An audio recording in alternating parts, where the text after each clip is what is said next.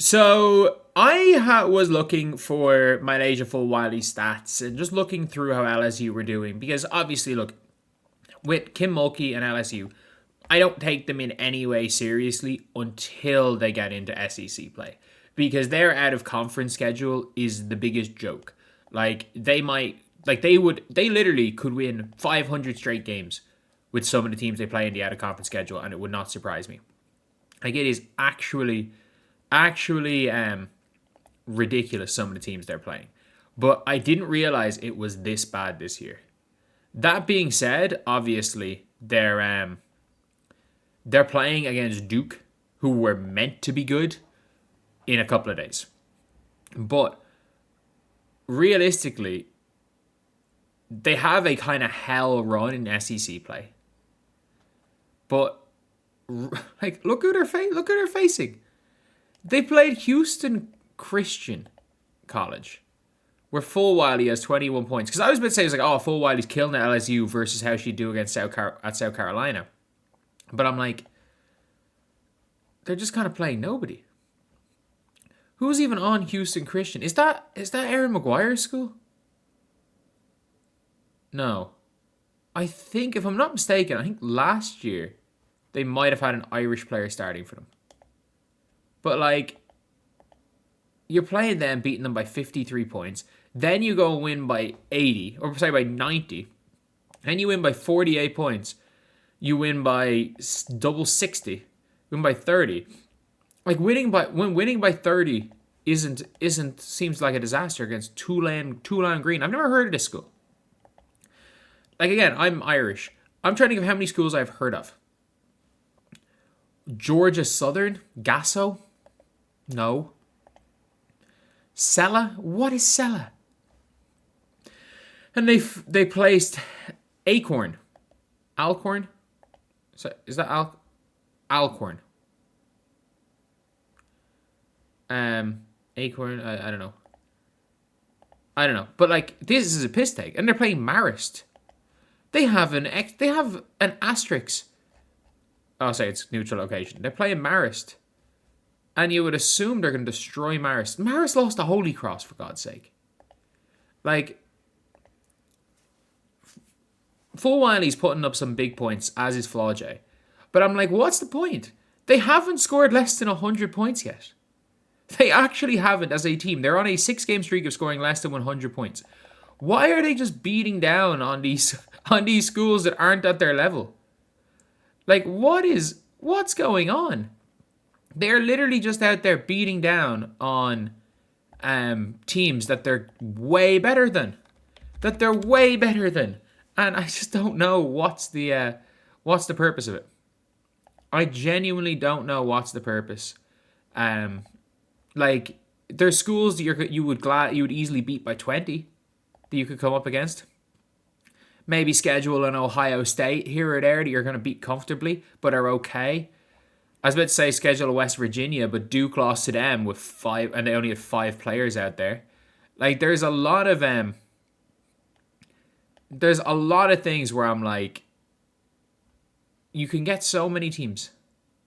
There are so many teams that you can come up against, that will give you a test. But I don't know how this helps. Like, when you look at LSU, I understand they won a national championship. But ironically, they won a national championship since 2023 with the worst roster they've had. Like, their 2024 roster was easily the best roster that LSU have had.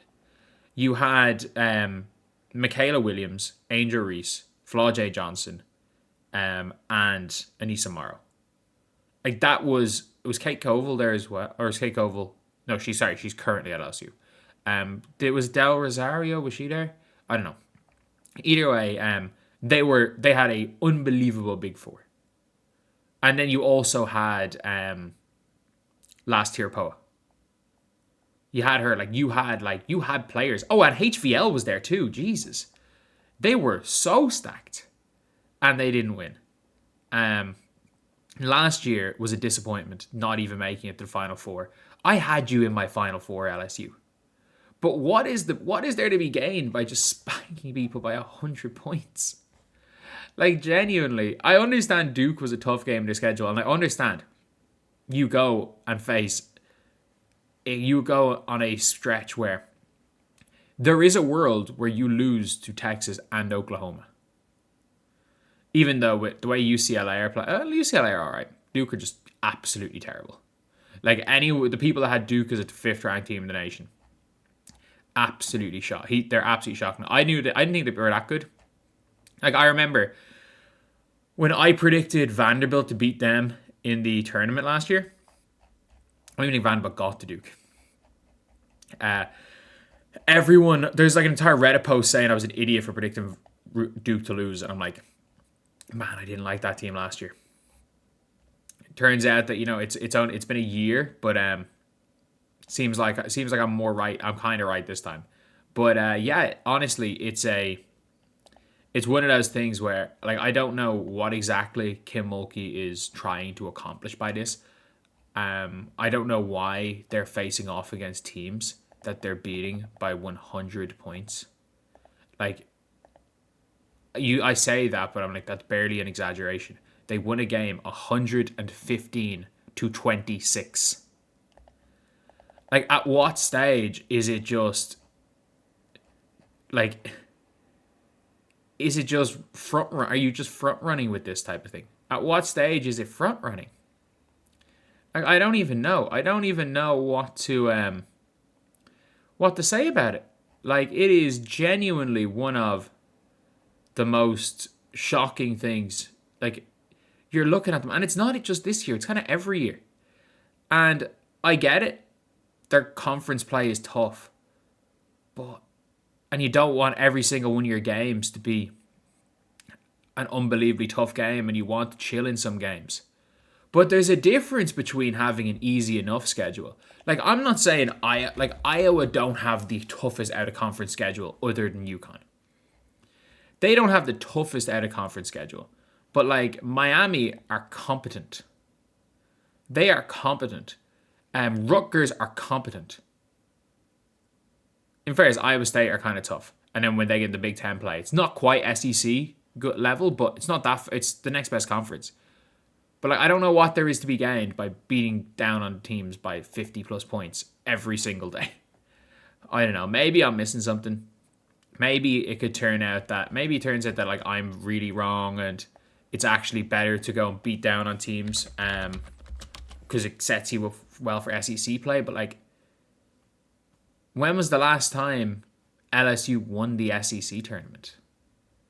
Am I right in saying that they didn't even win the SEC tournament the year they won the championship? Like, they just look. I'm gonna say this: they got lucky that Caitlin Clark beat South Carolina, because if South Carolina just didn't lose that one to the greatest individual college performance I've ever seen, we would be probably looking at Aaliyah Boston winning back-to-back national championships and South Carolina winning 4 straight. But anyway, yeah,